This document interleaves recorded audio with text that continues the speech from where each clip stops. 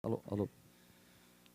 Questão de ordem, vereador Gaúcho. Uma questão de ordem, dar as boas-vindas ao vereador Dionísio. Só que seja profícuo a sua presença nesta casa. Registrado, vereador. Bem-vindo, vereador, companheiro de partido, vereador Dionísio.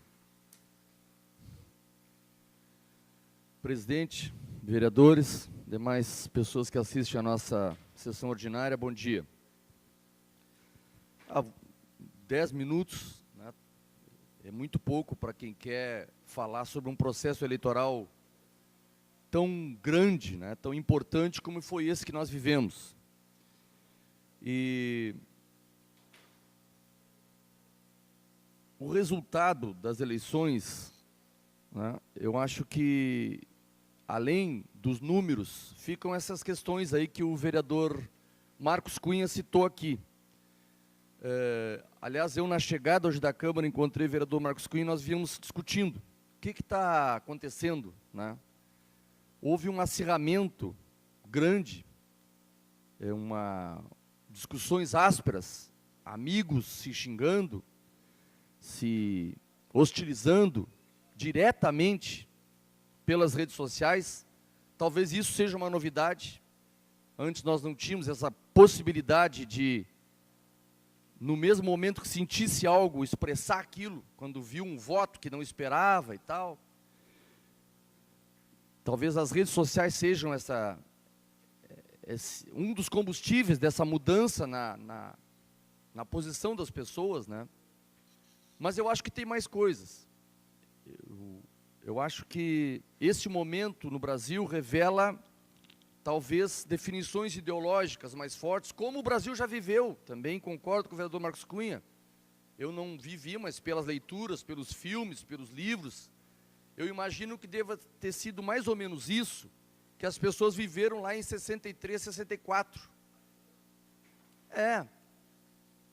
Ou talvez lá em 54, quando o Getúlio Vargas também, o Getúlio trouxe para o Brasil uma condição ao trabalhador que não existia.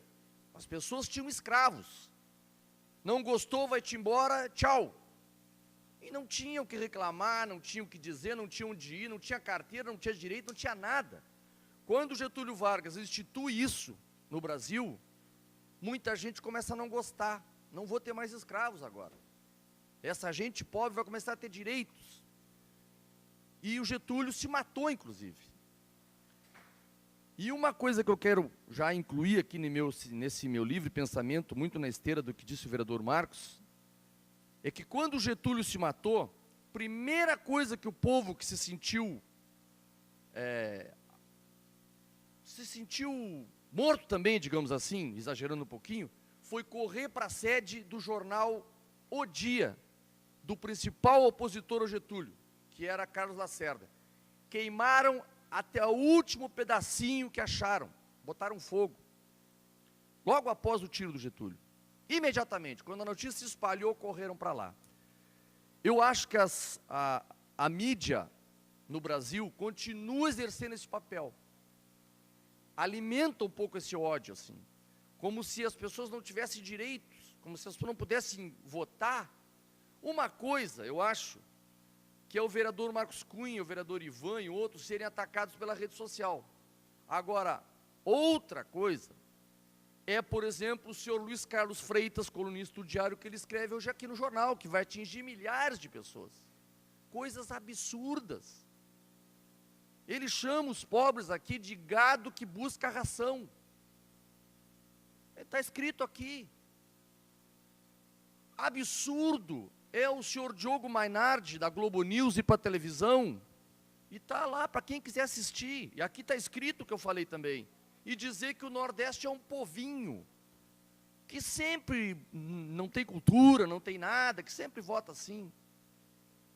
Aí quando se diz que o povo está dividido em Norte e Sul, não é que o povo está dividido, não. Na região de Pelotas, 60% votou na Dilma. Está no Diário Popular os números também. Por acaso aqui é o Nordeste? Não é. Minas Gerais é Nordeste? Não, a Dilma ganhou. Rio de Janeiro, a Dilma ganhou. Da onde que tiraram que o Brasil está dividido ao meio? Mas esses senhores falam para milhões de pessoas e dizem esse tipo de coisa. Aqueles pobres do Nordeste, aquele gado que corre atrás de ração, que é manipulável por causa disso, dividiu o país porque não sabe votar. Quando um meio de comunicação faz isso, acirra esse tipo de pensamento, acirra. E as respostas também não estou dizendo que são puras, não. E do outro lado vem absurdos também. Agora, vou repetir, quando eu vou numa fila de banco, na feira, quando eu pego ônibus, quando eu entro num bar e ouço essas coisas, eu não dou bola, eu lamento, eu fico pensando o que eu diria para poder, mas eu geralmente não entro, já tenho estrada para não entrar. Porque está uma pessoa ali dizendo. Agora, quando eu vejo um jornalista, alguém que fala para milhões de pessoas fazer isso aqui, o que eu posso esperar? O que eu posso fazer? Eu respondo, mas é desigual, é desigual. Olavo de Carvalho, colunista da Veja, gravou um vídeo também, tá? Porque ele botou a capa da Veja, que é uma capa criminosa, mentirosa, que a justiça cassou. E ele vai com aquela capa e diz o seguinte, se for confirmado isso aí, vamos caminhar para o impeachment. Ela nem assumiu ainda o resultado eleitoral e ele já está pregando pelas redes sociais o impeachment da presidente. Mas o que é isso? Mas que responsabilidade social tem esse tipo de pessoa, pelo amor de Deus? Como é que um homem vai dizer aqui que a imensa maioria do Norte e Nordeste, está escrito, Diário Popular de hoje, página 5, elegeu Dilma, e a ínfima minoria da região sul votou a favor. Não é verdade. Em Pelotas votaram mais na Dilma. Das 22 cidades aqui da nossa região, aqui na volta de Pelotas, só 5 deram vitória para o Aécio, incluindo Turuçu e Arroio do Padre, que tem 2.000 eleitores. Por acaso são miseráveis, gado que busca não sei o quê, que é só o Bolsa Família. Mas o que é isso? Como é que essa gente tem coragem de se rebaixar tanto, de ser tão reducionista, ou de ser tão irresponsável do ponto de vista ideológico? Eles aumentam o ódio, eles dividem as pessoas, e de forma equivocada, porque o mapa brasileiro de eleitoral não é. Claro que, então eu vou dizer que São Paulo, então, é de oposição a Dilma, por ampla maioria, porque votou contra. Em Minas Gerais, do lado, foi uma eleição. Fatores locais determinaram, lideranças locais, sei lá o que outros elementos. São Paulo votou no Aécio, Minas e Rio, que são grudados, votaram na Dilma. A nossa região aqui votou na Dilma, 60%. O Nordeste votou na Dilma. O Mato Grosso votou no Aécio. Sei lá, o peso do agronegócio e tal. Agora, em vez de fazer análises, porque tem acesso e condições intelectuais para isso, ficam destilando e fomentando ódio entre as pessoas. Agora, se tem cabimento chamar os nordestinos, aqui os pobres, de gado que vão buscar ração, está escrito aqui na página 5 do Diário Popular.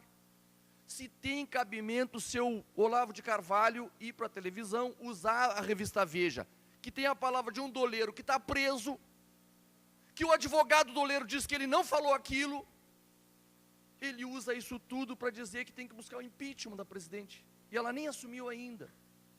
E o outro me vai lá, o Diogo Mainardi, e chama, não, o Nordeste sempre foi um povinho mesmo. Esse povinho que construiu São Paulo. Quem foi a mão de obra de Brasília e São Paulo, vereador Marcos Cunha? O senhor que conhece a história. Foram nordestinos. Que andavam como Lula, como tantos milhões que iam de São Paulo fugindo da seca. Iam construir São Paulo, construir Brasília, construir até aqui. Aqui ainda hoje tem isso ainda. Aqui em Rio Grande, grande parte do polo naval das obras eram baianos, que eles chamavam ali, a maioria dos nordestinos que foram para ali. E faltou gente, sabiam disso? Vieram lá do Nordeste e faltou gente. Eu conheço gente de Pelotas que foi para lá, empregou filha, empregou mulher na construção civil, faltou gente aqui em Pelotas para construir ponte por conta disso. E veio gente de lá. E os nordestinos, para isso serve.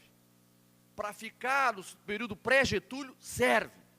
Para ter esse país desigual, onde tem gente que tem milhões de hectares e tem gente que não tem um pátio para botar uma casa, aí pode. Agora, para escolher, aí eles chamam de gado, povinho, e vão para a televisão, para os jornais dizer isso. Vereador Marcos, é difícil a gente se manter calmo com essas coisas, mas eu acho que o senhor está certo. A gente tem que chamar eles à maturidade. Amadureçam, vejam que não é assim. Era isso, obrigado. Obrigado.